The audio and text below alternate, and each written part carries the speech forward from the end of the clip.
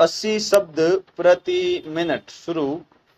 Governance या प्रशासन का अस्तित्व प्राचीन काल से ही है विराम। गवर्नेंस शब्द का सर्वप्रथम प्रयोग यूनानी दार्शनिक प्लेटो ने किया था विराम। गवर्नेंस का तात्पर्य राज्य, समुदाय या किसी कंपनी को संचालित करने वाले कार्य से है विराम। विश्व बैंक के अनुसार गवर्नेंस वह तरीका है जिसे देश के आर्थिक और सामाजिक संसाधनों के विकास के लिए उपयोग किया जाता है विराम। गवर्नेंस के स्वरूप में समय के साथ परिवर्तन होता रहता है विराम।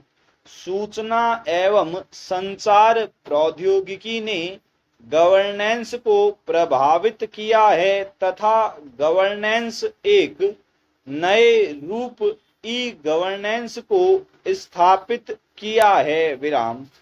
भले ही प्रशासन के प्रकार स्वरूप में परिवर्तन हो जाए, परंतु वही प्रशासन सफल होता है जो सर्वमान्य हो, अर्थात इसके लिए जन स्वीकृति आवश्यक है विराम। ई गवर्नेंस से तात्पर्य है किसी देश के नागरिकों को सरकारी सूचना एवं सेवाएं प्रदान करने के लिए सूचना एवं संचार प्रौद्योगिकी का समन्वित प्रयोग करना विराम। ई गवर्नेंस में ही ई का अर्थ इलेक्ट्रॉनिक है विराम। ई गवर्नेंस के माध्यम से नागरिकों को बेहतर सेवा प्रदान करना, प्रशासन में पारदर्शिता और जवाबदेहिता का पालन करना तय किया जाता है विराम। साथ ही इसके माध्यम से लोगों को जागरूक करते हुए आर्थिक और प्रशासनिक दक्षता में सुधार किया जाता है विराम। ई गवर्नेंस के लाभ। ई गवर्नेंस के माध्यम से कार्य एवं सेवाओं की दक्षता एवं गुणवत्ता में सुधार होता है विराम। इसके द्वारा सरकार को सभी प्रकार के आंकड़े आसानी से उपलब्ध हो जाते हैं विराम।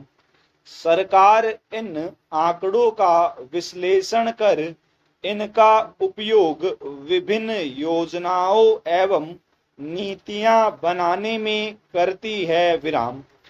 ई गवर्नेंस के माध्यम से एक कॉमन डाटा तैयार हो जाता है जिसका उपयोग विभिन्न उद्देश्यों के लिए किया जा सकता है विराम।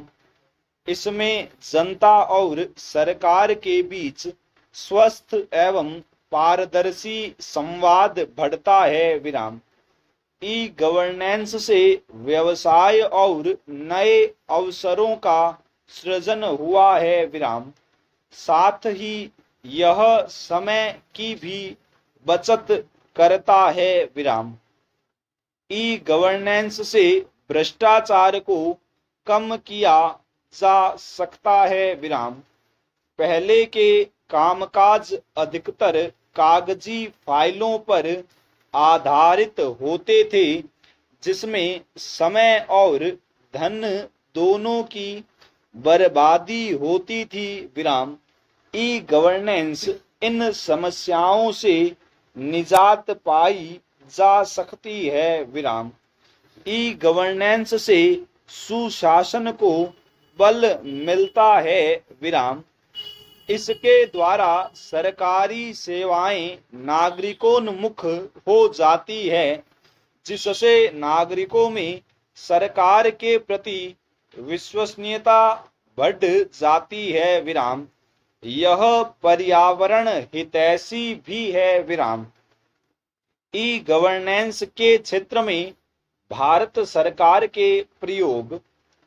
भारत में ई गवर्नेंस की उत्पत्ति 1970 के दशक के दौरान चुनाव, जनगणना, कर प्रशासन आदि से संबंधित डेटा गहन कार्यों के प्रबंध के लिए सूचना एवं संचार प्रौद्योगिकी के अनुप्रयोगों पर ध्यान देने के साथ हुई। विराम। भारत में ई गवर्नेंस की दिशा में पहला बड़ा प्रयास था वर्ष 1970 में इलेक्ट्रॉनिक्स विभाग का गठन। विराम।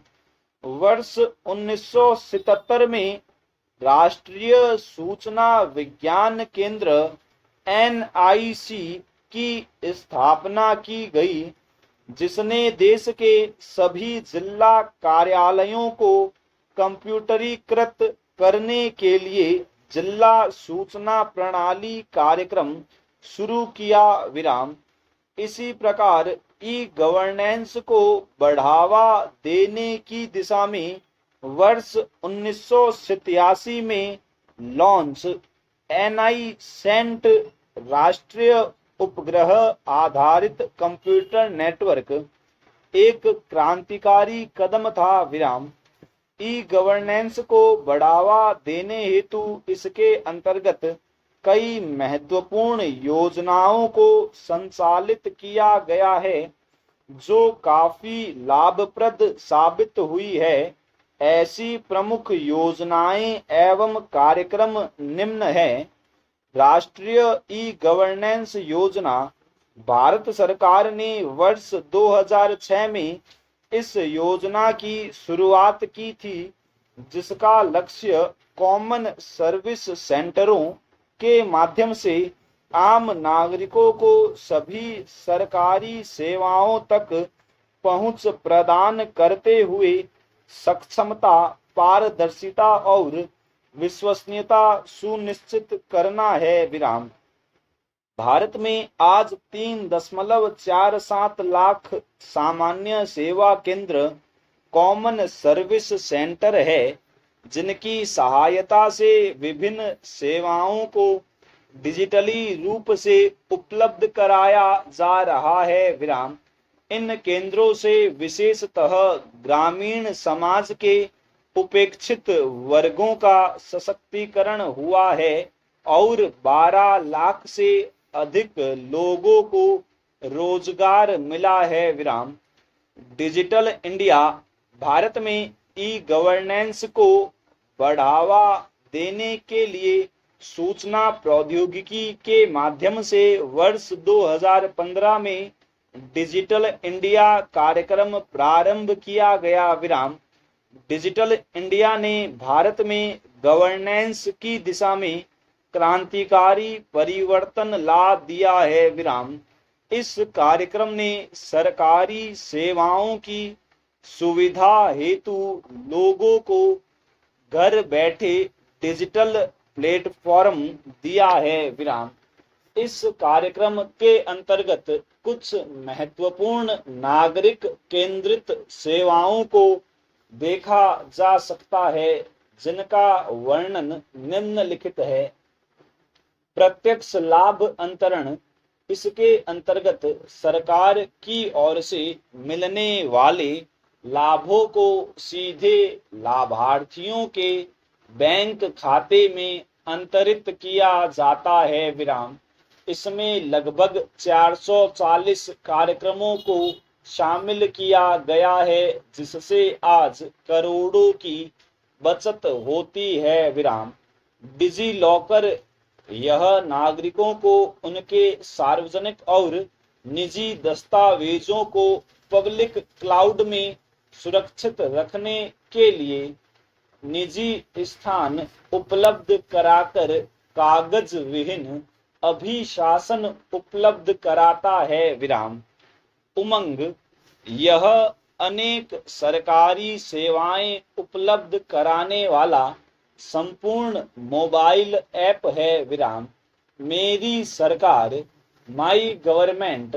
यह साझा डिजिटल प्लेटफॉर्म उपलब्ध कराता है, जिसमें नागरिक सरकारी कार्यक्रमों और योजनाओं के बारे में अपना विचार साझा करता है। स्टॉप।